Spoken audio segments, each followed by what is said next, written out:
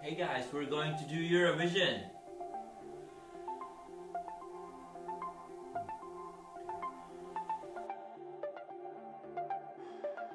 Hey guys, we're going to do Eurovision.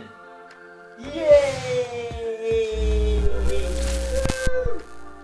What's up guys, this is Jan Boers and welcome to my Humans of Eurovision show, the next one. But before we get started, I would like to ask you for a favor, and that's to share this channel, to subscribe this channel. It's quite easy, and more people you got involved into it, it's gonna help me grow. It's gonna help me to do more relevant interviews and another videos. But especially with the interviews, I think that really matters, that the channel had got good high numbers, and this is gonna help me even motivationally, so I would be glad if you help me this way, and I think we can introduce our next guest. So the person I'm gonna talk to is a producer in LRT, Lithuanian National Television, or public broadcaster if you like. So please welcome Head of Delegation of Lithuania, Audrius Giržadas.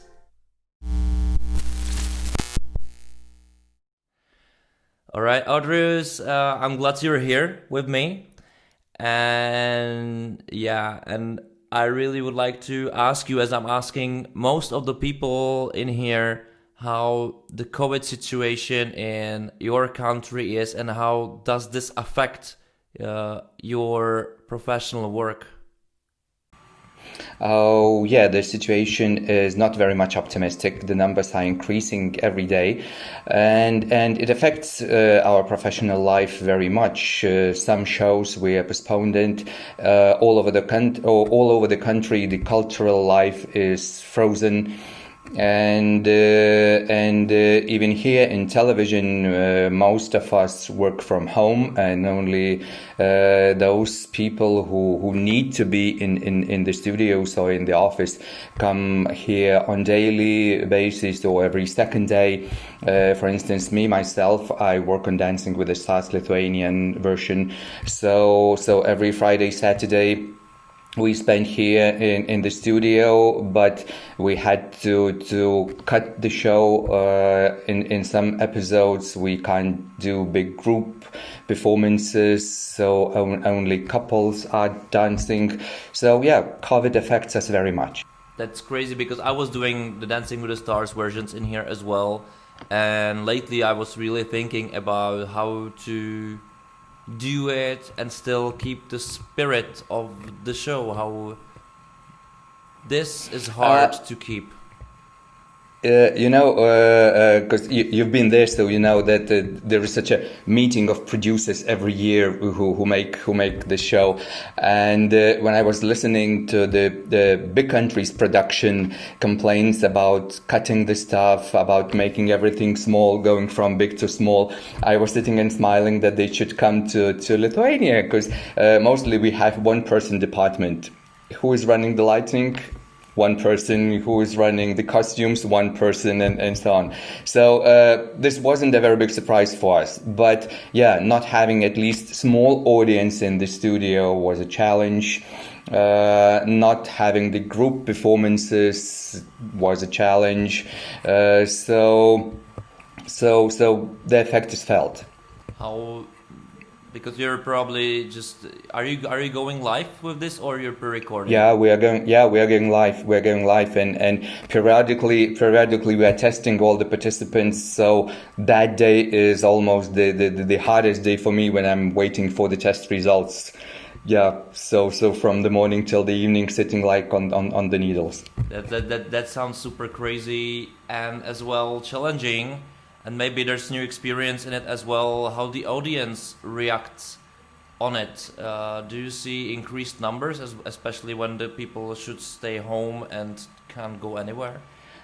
Yeah, actually the show this year goes better, because much more people have to stay at home on Saturday nights, and they watch the show, and they even do not complain when now we repeat the group routines, the opening routines of pro dancers from the last season.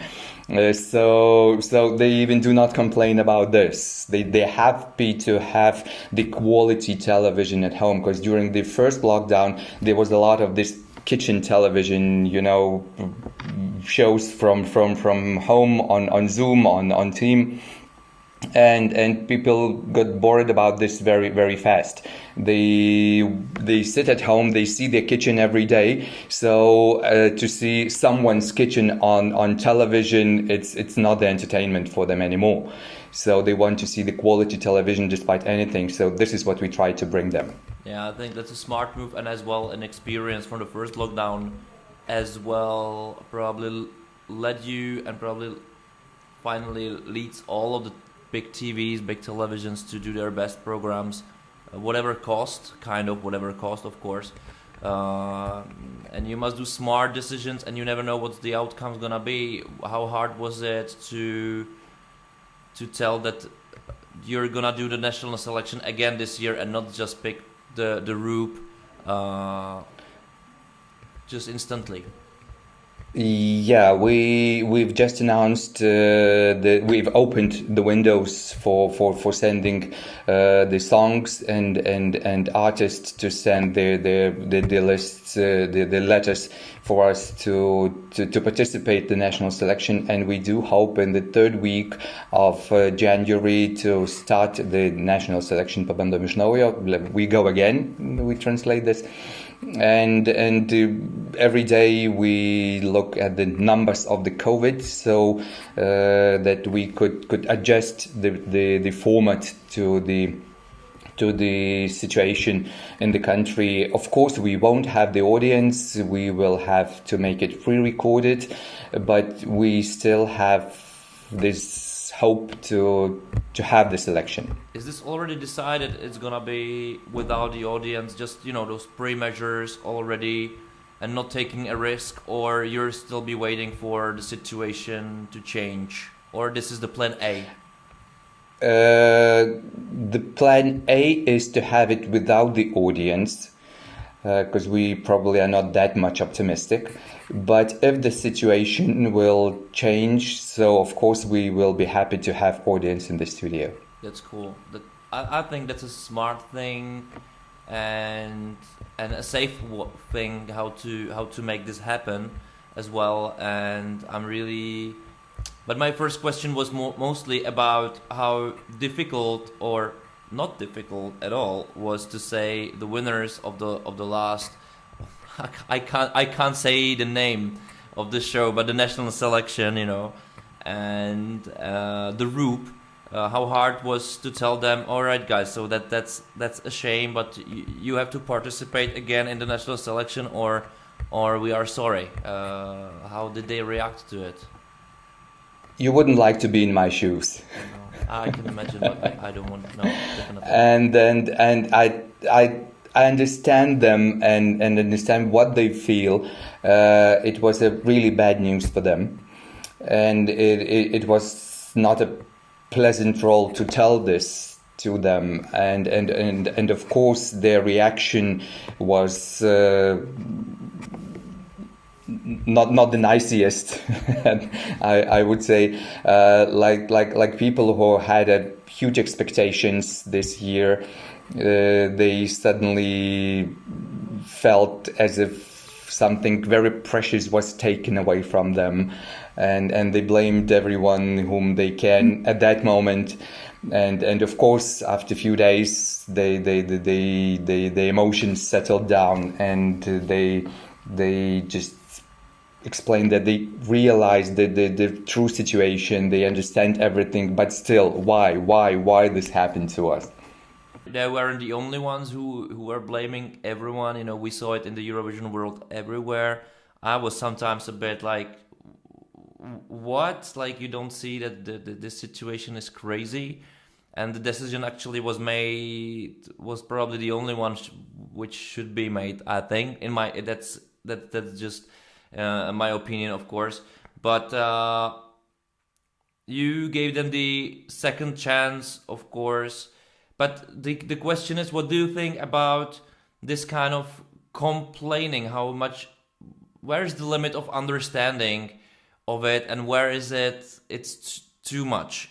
It's too much complaint about the situation no one can do anything about. And I'm asking especially because I really believe that the artists shouldn't do songs just for Eurovision, that the Eurovision is a bonus of their creation, of what they're doing. And I think this platform, your national selection, and that they won it, and they were about to represent it, of course, helped them in marketing, how to sell their song. Even this is cynical speaking, kind of. And they did great numbers already, and they anyway got a second chance in your show as well. And they already said that they will send a song to the selection. Will you treat them as differently when you're going to select the final number of songs, or they're not guaranteed to take place in the show? They are guaranteed to take place in the show. They got this ticket straight to the final. Just to have the same possibilities like the others to perform the song. They are invited to participate, to perform as guests in every level of the selection, in the preheat, in the semi-final, and then to compete in the final. So this was our offer, which they got, and then just recently we got the confirmation from them that they will participate with a new song, and which we are very happy about them. And of course, for the Roop, it was a unique situation for them as a band, because it was their second time in the national selection, and it was kind of breakthrough for them in their career. Because they are not newcomers in the music, but somehow, somewhere, there was somewhere there. And suddenly they became very popular.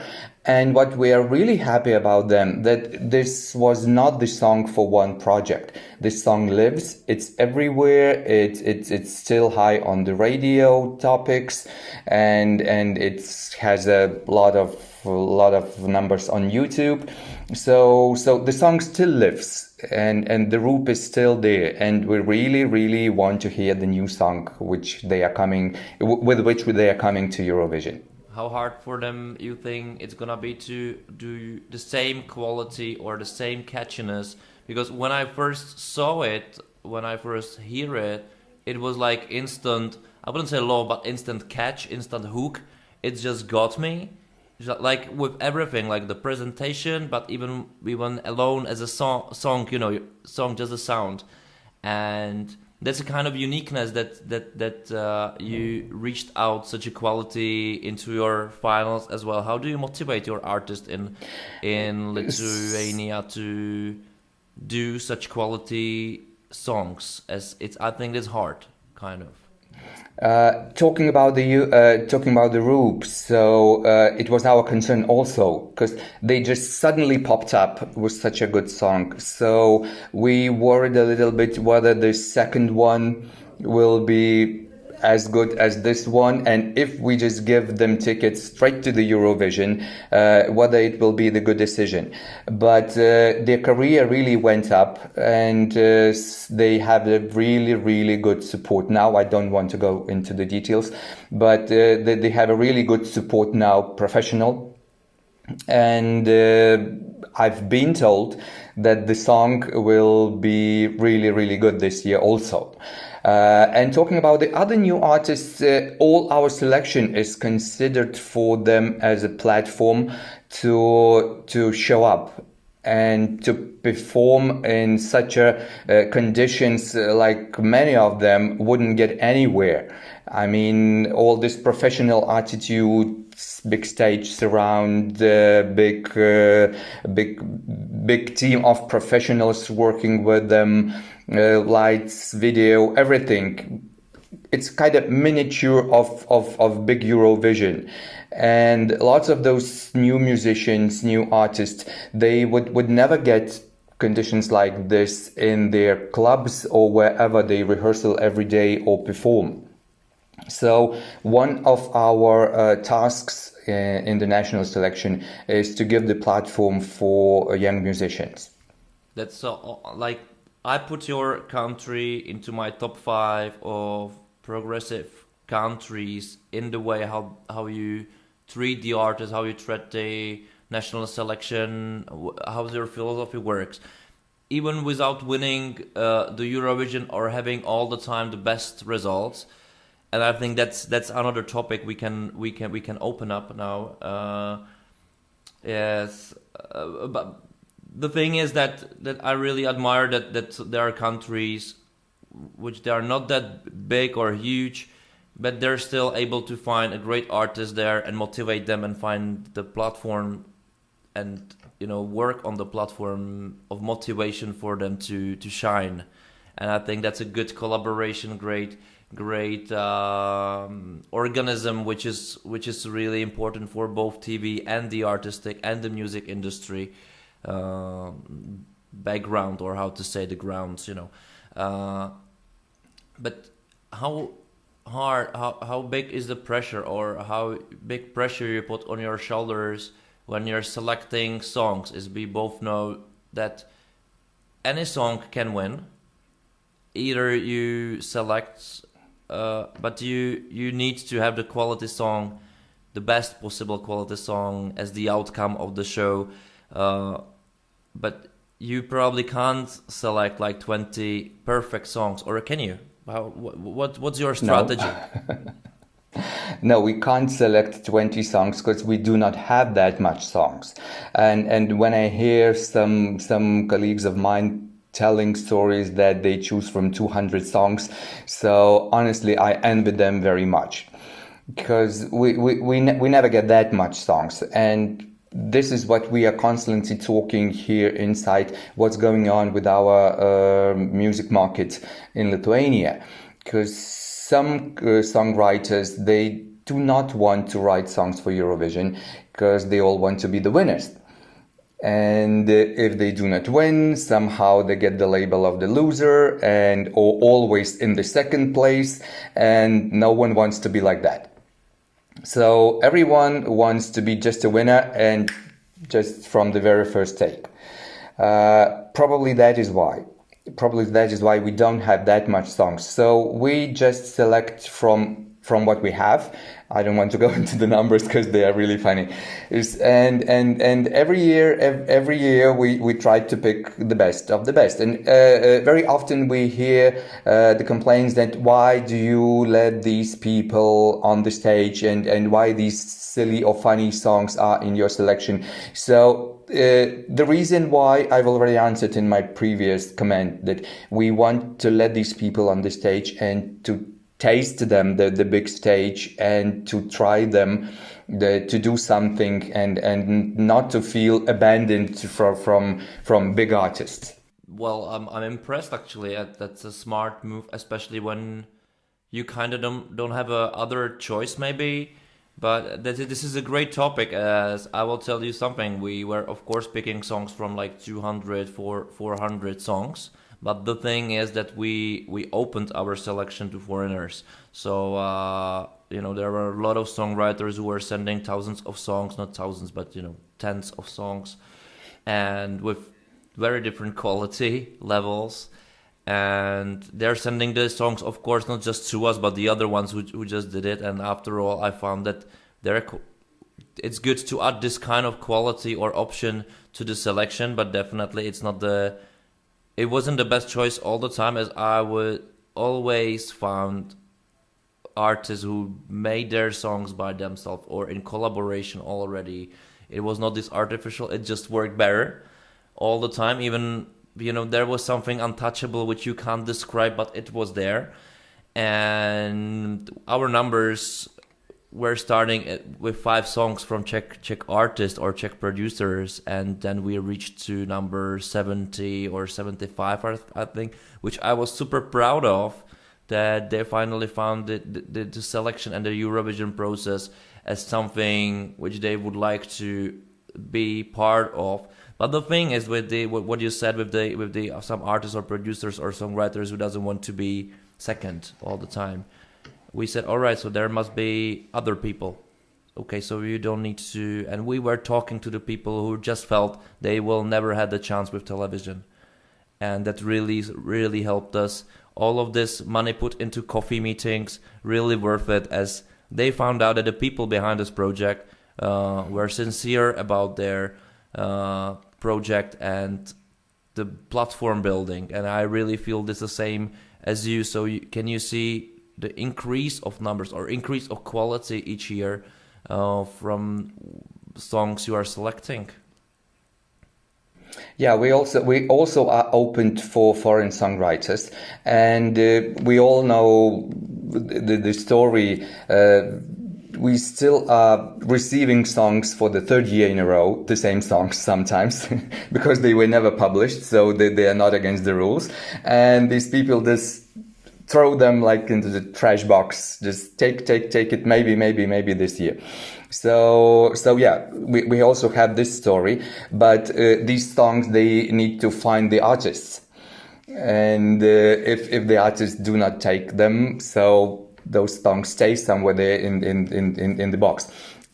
And talking about the artists coming to Eurovision, to national selection, we've noticed that with the changing of the company's management, it happens every 5 years.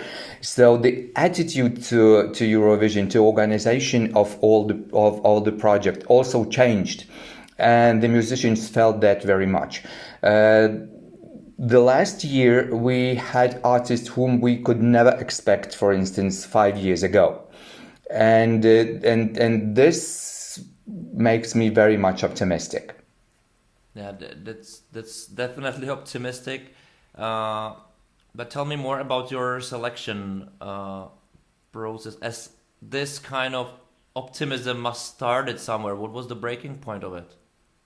As I've just said, the attitude of the company's management, or LRT company's management, changed to Eurovision. We started making such a every year meeting with the producers and people of music market. Asking letting to tell them their stories, what they feel about Eurovision national selection, what are their wishes, what are their questions, answering those questions. And we polished a little bit our rules of national selection. And they immediately felt this new attitude, because in the previous years, the national selection for the management was like a milk cow. Just give us the number of the shows, give us the ratings, and after that, the winner was left with me and my team, and then we used to do the best we can, but we were alone. Now we are with the whole company. Just recently, we made such a the Eurovision board with people from different departments of our company, from marketing, from financial department and top management, and we all meet every month now, discussing the situation and also how can we improve the national selection. We again had a meeting with people of music business. So we've told them how the situation changed this year and what we expect from them. Again, we heard what they expect from us, and this talking to people really gives the result. I'm impressed. That's why I were asking you again, as I wanted to have a more detail into it, and that was something I was suffering here in Czech Television. That was something. You give me numbers or nothing, but that you can't build anything, I think, in this way, especially with music and a competition. But that's the other story. But just impressed that, I was always talking that this can work if we just change the attitude. And you're the example, it works. And I think it just, even for television, it just show it can be wide open and really serve its purpose, even towards something which is commercial, kind of. But somehow the commercial TVs doesn't do this thing. So public broadcasters should, I think, and the whole market should share then the results of it. You're part of the panel of selecting the songs, but how did you manage that this panel is really independent? How hard it is to maintain such a position that everybody trusts that this panel is independent? This is a very sensitive issue, because every time after the selection, I'm the one who is blamed for choosing not the right song, whomever you choose and whenever. So, but probably those heads of delegations who are involved in the process, they know the same. Despite I am not the person who decides.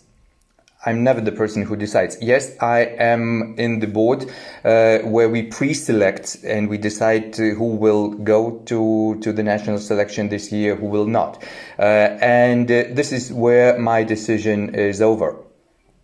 After that, only the audience and only the jury decides. And here we work absolutely like, we took the same model like on the big Eurovision. 50-50, and of course our jury members are sitting openly. This is maybe different, but this is part of the television. So every show there are different people, and on the final we have a big jury panel of about 12 or 10 or 11 people there, and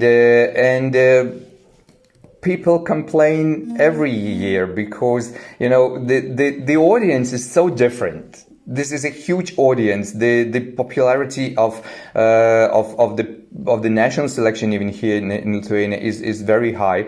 So one generation wants to hear the songs which they like. The younger generation wants to hear and the songs they like, and they want those songs to win. It was a very good example the last year. Aiste Pilvelytė, who tried, I believe, for 10th time, she came with a very, very Swedish song.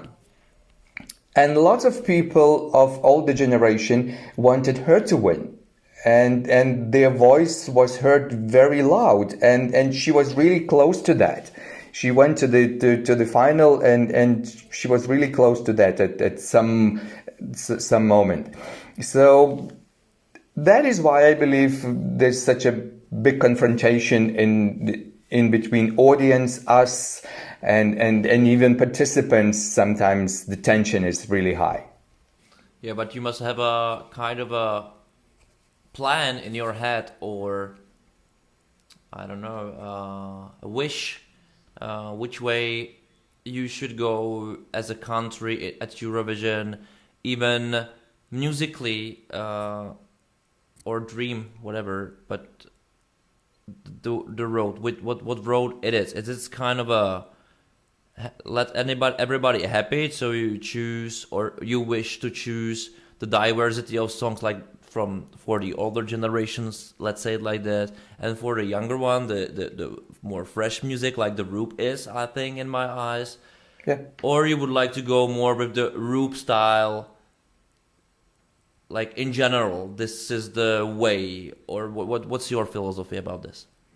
I believe that we should go the Roop way, if we can say. Yeah, we should go with the more modern music, and to go together with the time, not to stay somewhere there in 70s, in 50s.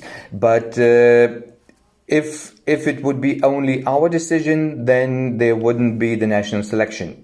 Then we should make the internal selection, listen to a few songs, give the winner to the artist we want, and send it to Eurovision. Then, of course, all responsibility is on us, and all the stones would be thrown on us. But then this would be chosen the other way. At the moment, we have the national selection. That is why there is a variety of artists and musicians and music. I believe that to have national selection is anyway always better than to take the responsibility, the risk, and not giving a chance to many others to shine. Even it's not your cup of tea sometimes, but the question was more likely if even there's a possibility that for the selection itself, the national selection like you have right now, in the near future, you would prefer to have more modern songs and motivate this way the artists to do and go this way, or you would go with more diversity, even you're risking that the winner will be from the 70s, let's say like this? We would like to motivate them, and we are doing this. But some artists, they are just too old and they have different style. So you can motivate them as much as you want, but they just can't do it different way. And you just can't close for them the door to the national selections because there's no legal reason for that. They present their song. It fits the requirements of the national selection. It's not a totally bullshit, sorry. And so it is there. Sometimes, I must be honest, sometimes we let some songs to be in the national selection just as a trigger. We do hear that the artist is probably not of the best quality, but he or she is so funny, so different, or so crazy, that we just want to have him as a cherry on a cake in the national selection just for fun. Yeah, and sometimes... And you're risking that they will win eventually. Once we were very close to that, really, and then we were thinking, oh my God, what have we done? But in the national selection, in the final, things turned the other way. Yeah, it reminds me all the time what we've done with Strictly Condensing version here in Czech Republic with super funny, but not dance, like far, like the dance was far away from this person, but he was super funny, super clever about it, and he just went to the finals, and we said like, well, why not? Of course, we don't care that much. But of course, we were risking the brand name with that, and then we were discussing with the colleagues from BBC and other producers from the world, as this is a trickery all the time if you just go this way. So that's why I was asking, as it's always a risk, but maybe that's a good thing for the marketing as well. The balance, the thin line is always hard. Yeah, we have. I do understand what you are talking about, Dancing with the Stars, because we had this situation the last year, and we called one dancer. Sorry, I hope he doesn't hear us now. We called him Pinocchio, and he went half the way in the project. And unfortunately, this year we also lost very early a couple of very, very good dancers just because the audience somehow didn't support them. And then again, when you ask the BBC what should we do in this situation, the answer is sometimes just cope with it. This is the life. This is the format.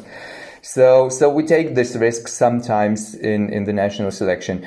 On the other hand, if I wouldn't have to fill the requirements of the programming department, so maybe the national selection would be shorter sometimes, because when you don't have enough songs, you don't have to do these tricks, like I said, with this colorful performances, but not necessarily worth to go to on the stage. So, but the programming department also needs the number of the shows. We have to fill that gap in the programming. So we have to balance between all these tasks. Yeah, and it's the hard task, I think, to balance this, to let everybody satisfied. And it's a hard thing. Sometimes, as you said, it's alive, and well, you have to go with it. And just, I remember during my first Eurovision, the answer from Ola Melchik: "Deal with this." So yeah, well, you can say this to everything, you know. It's not the proper.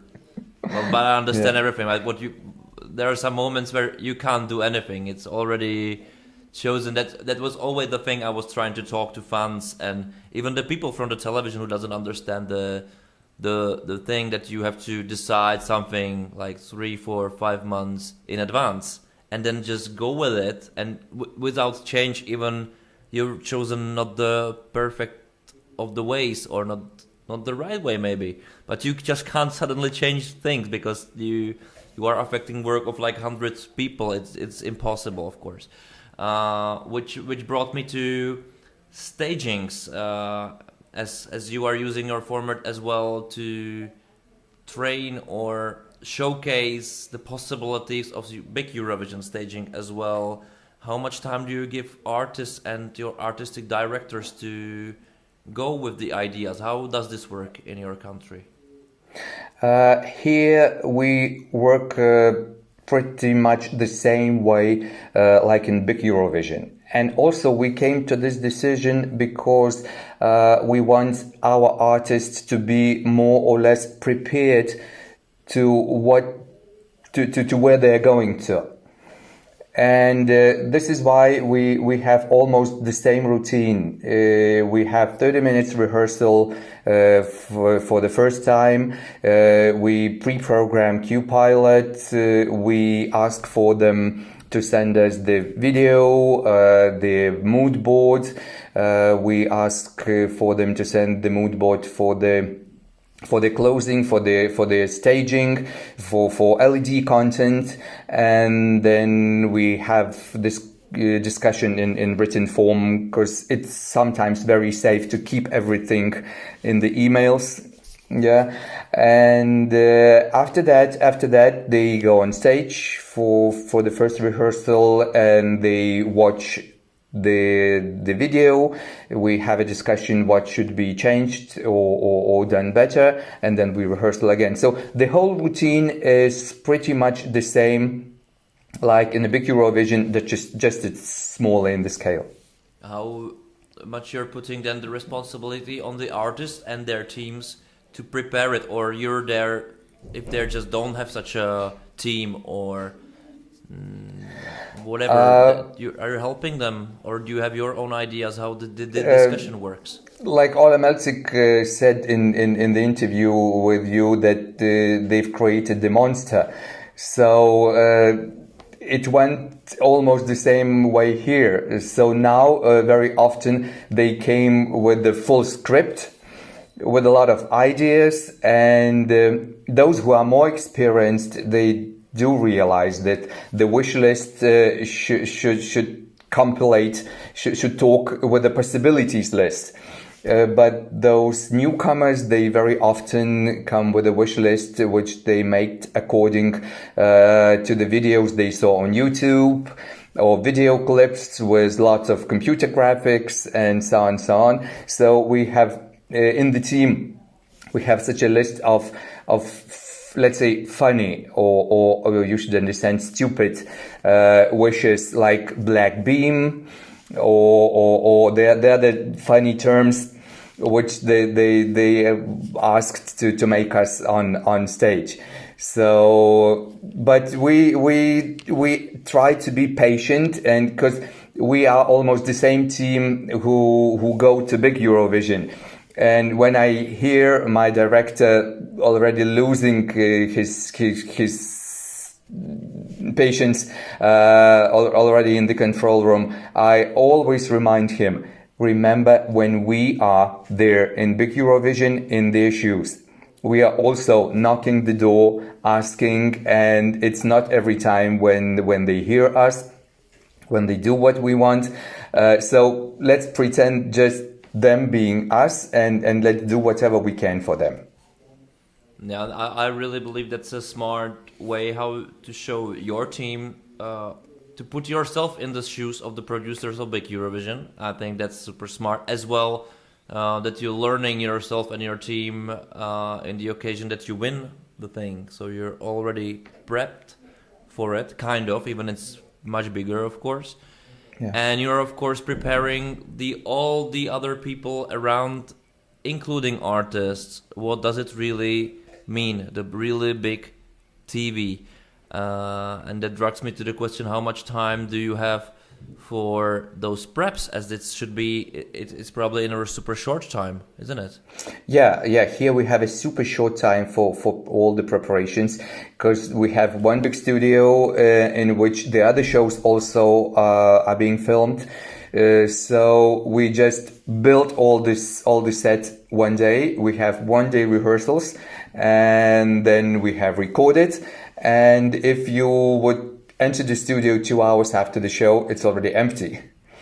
Everything is already on the floor and just going away from the studio. So the same works with Dancing with the Stars, and the same way we work here. So if we record the show one day till the morning, it's sometimes already another set in the same studio. So we have the short time, and we are already managed to fit in that time schedule. Yeah, time is money. It's just time is money, and television is money. So that is why television is money, and everything costs. Like even the most stupidest things cost a lot of money, of course. Yeah. Let's get back to big Eurovision. I remember when I was firstly there in 2016 in Stockholm, Donny Montel, and I said, "Wow, this is a great staging. It's a decent song as well, and it was a great result as well for you. You were reaching top 10, I think, which I think that's a big thing." But since then you were doing like upside downs, like not qualified, then qualified, and not. This year it was looking like you can even reach the biggest thing, the winning thing as well. You were definitely one of the contenders, and the song was great, and everybody could see it. How hard for you is to establish, or get rid of the quality drops? How hard is it for you, especially with the national selection you have? It's really hard. It's really hard because a lot of things depends on the artist team. When we have the winner, so we make an agreement with the artist team. And in the previous years, when I've told you about the changing the attitude, it was pretty much their business to find sponsors who would finance a lot of creative ideas. And now things changed. The television also puts quite a significant amount of finance in that. But also it depends a lot on the artist team. And for instance, you could see the difference on as you mentioned, Donny Montel. So with Donny Montel, it was a Swedish production. We hired Sasha Baptiste.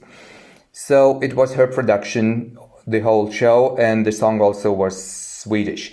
You remember Yuri Viklenko, Running with the Lions? It was a foreign song, but local, let's say, production. Despite it was the same team, the same management of the artist, but the financial situation was different. The other factors were different, and the performances were also different. So every year every year we draw like a lottery ticket. Who will be behind the artist? Because unfortunately we are not able to take over the total control of this process, and a lot of things depends on the artist, how he or she sees the performance, how they understand where are they going. I always repeat them that you can't go to the skating rink wearing the swimming equipment. You should understand, okay, this is the sport also. Skating rink and the pool is the sports, but you should know which sport you are cultivating. So every year it's different, and unfortunately this is one of our biggest problems, to avoid these ups and downs from year to year. Yeah, but it's probably not just because of the staging. I just be honest with you. I think that Yuri Veklenko, the song, wasn't that good as well in my eyes. And probably whether staging it was there wouldn't really change it. And you could see that was a great situation with Vieva when it was, I think, the new generation, a new approach towards the contest with the supernatural, honest thing in my eyes, and that really worked, and that I would recommend to follow every year if possible. Not the same thing, of course, but this kind of different kind of approach, but it doesn't matter how. You were telling that you were hiring, or the artists were hiring, like I wouldn't say Eurovision, but the staging experts we know from Eurovision doing great work, like Sasha Jean-Baptiste, Nicolin Refsing, or we know Marvin Dietman and others, of course, who are doing it for more countries, not just one. Is your approach still the same, or you're more like to involve your own country members to even learn the process, as this is super special thing to do it at Eurovision and for like 27 cameras? I believe that if you can afford, of course, so it's very good to have a very experienced people from outside our local market, because sometimes the preacher from outside is heard much better than the local one. And on the other hand, all these people you've mentioned, they are somehow related with Eurovision. They are insiders. So if you can afford to have the insider when you go there, it's of course a plus. Is it a fair thing for all participants? I'm not sure, because we all know that these people, they work on Eurovision, on big Eurovision, not for the first year, and of course the attitude is different when you can just come and say, hey, Oler or whomever, I need this and I need that, and it helps a lot. It's not a secret. And for those who just come as the heads of delegation, for instance, for the first time, and who do not know anyone there, and they just see all this huge production, all this huge machine, and suddenly feel themselves small kid in this very, very big thing. So it's not fair against them who have those insiders in all this system. Yeah, I agree that there's as well that just appeared in my mind how it's in your country, as probably as well in every other country, that the voice of the foreigner is kind of taken more seriously. Is it the same in Lithuania? Yes. Yeah. Yes, absolutely. And if we talk about this positive side of having those consultants, then it's okay. But so it's okay while working here in the country. But then when you go there, of course, as I already mentioned, it helps for the country who can afford this, but it's not fair against the other participants of Eurovision. No, for sure not. I think everybody there is a big professional as well, and of course it's their own business to keep it that way. That's nonsensical to do it differently. I was always a bit afraid is how philosophically, I don't know how to say it. How is it taken? Then there's the same with songwriters. There's few songwriters who has like 5 songs in the contest, and then where's the, are they doing 100% for everybody? The same I would ask with this, probably yes, but that's always a question.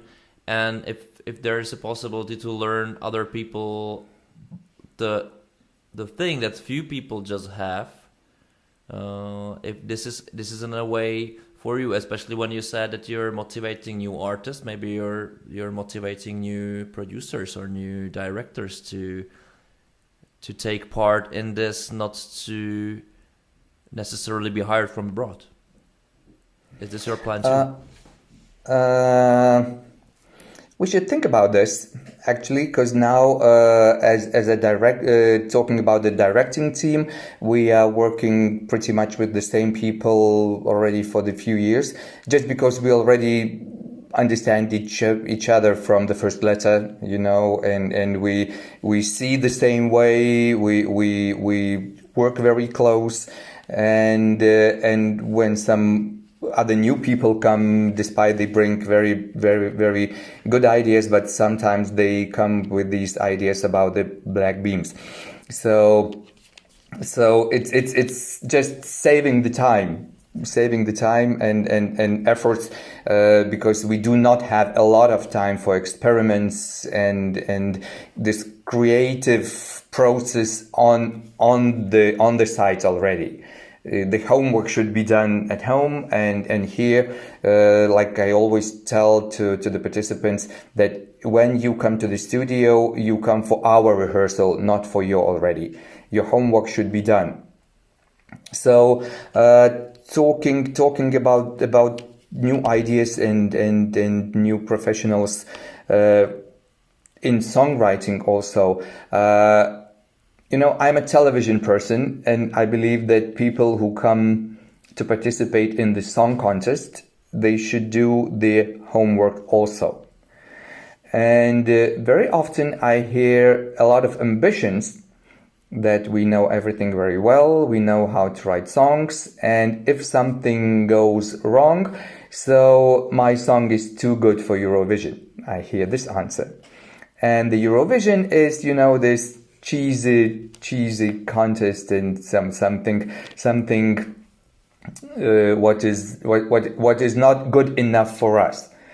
But there is such a Russian preach about fox and the grapes. When the fox couldn't reach the grape, it said that the grapes are not sweet enough. So this is why I don't want those grapes.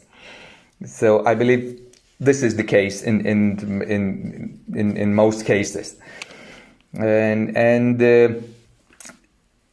when we talk with the songwriters or even lyrics writers, so there's a lot of possibilities to go to camps, and we share this information with them when we get proposals from foreign songwriters or companies which organize. And even here in Lithuania, sometimes these camps take place.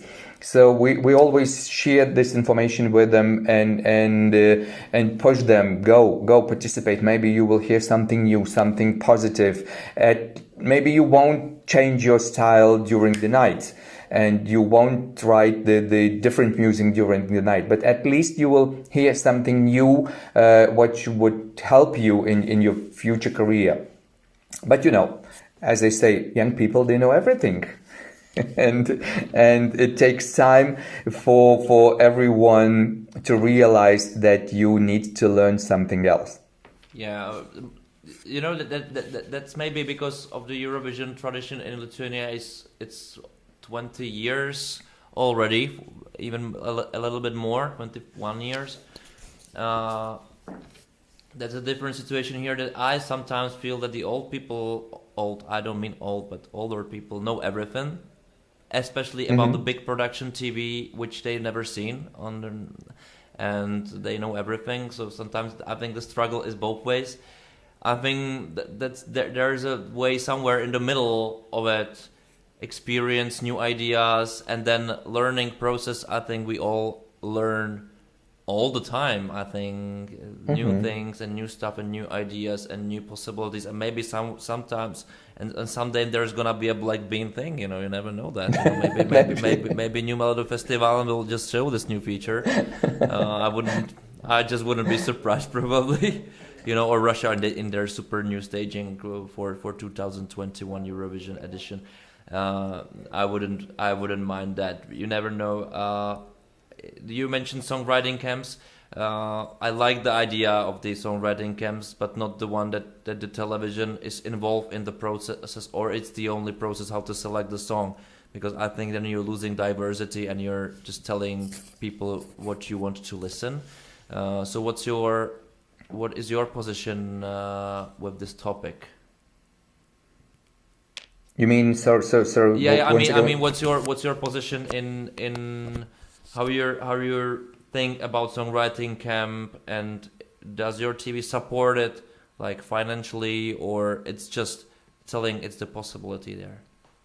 No, we're just sharing the information about the possibility, and television is not in music business, so we do not support songwriting camps financially, because we are not the music production company. And we are not music production company, we are not the music publishing company, and we are television and radio company, and we have the internet site. So we do our job, and we can help with the information, we can discuss about wishes and ideas, but we just do our job, and we prefer music business to do their job. And if we meet somewhere in between with our wishes and goals, so that would be the ideal situation. Yeah, that sounds fair to me. I completely like signing this what you've just said. Tell me that's probably the last question of this interview, as it was really fast paced, a lot of information about your national selections and everything, and I like the approach you have towards it. I'm a big fan of it, I must say. I'm really a huge fan of this. I wish this attitude will keep up the speed in more than just your country but the other ones. But there is a thing where do you see, and this is a tricky one, where do you see, if you continue this way, Lithuania in next 5 years? Do you think you will be top 10 contender each year? Is this a goal? What's a goal? I'm not sure. I'm not sure where we'll be in 2 years and 3 years. So, but you have a goal. You want to go somewhere from the point zero, let's say 2 years or 1 year ago, and it looks like a right way. So, okay, let me reformulate this question. If you're just taking those steps, you probably all have in your mind the next step, and maybe the other one. So what would be the next step from this year to 2022? What would you like to do, or change, or do better? Just to make this complicated question simple, I would like to say that we would like one day to win Eurovision. And if we see that the next year or the other one, this way doesn't work, of course we will sit around the table and we will look for some other decisions, for some other instruments and ideas how to get closer to our goal and our dream. So maybe in 5 years, if this way doesn't work, we will try another one, and maybe in 5 years, finally, we will call everyone to Vilnius. Yeah, I think that's more than possible, and you will just finish the Baltic, run over the Eurovision as well. You're pitifully like you're the most successful country in the region. If I just count number of how much time you were in the finals. But you haven't win it yet or won it yet. I wish you a big of luck for next year, as last year you were one of my favorites to, and not just mine probably, to win the contest. So I really wish you a big luck that next year the quality will even rise, even it's gonna be hard for everybody.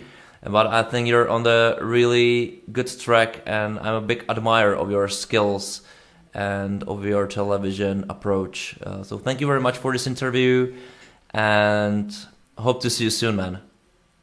Thank you very much, Jan. It was good to talk to you. Thank you.